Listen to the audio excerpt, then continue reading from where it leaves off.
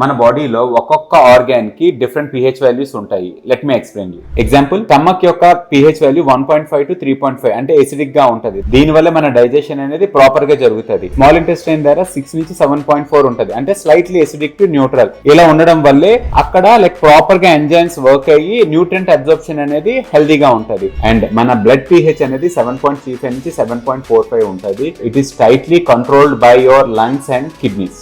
Urine అయితే 4.5 to 8 ఉంటది. It completely depends on your diet and hydration. Skin అయితే 4.5 నుంచి 6 వరకు ఉంటది pH value, which is slightly acidic. ఎందుకంటే టు ప్రొటెక్ట్ అగేన్స్ట్ పాథోజన్స్, లోపలికి రాకుండా.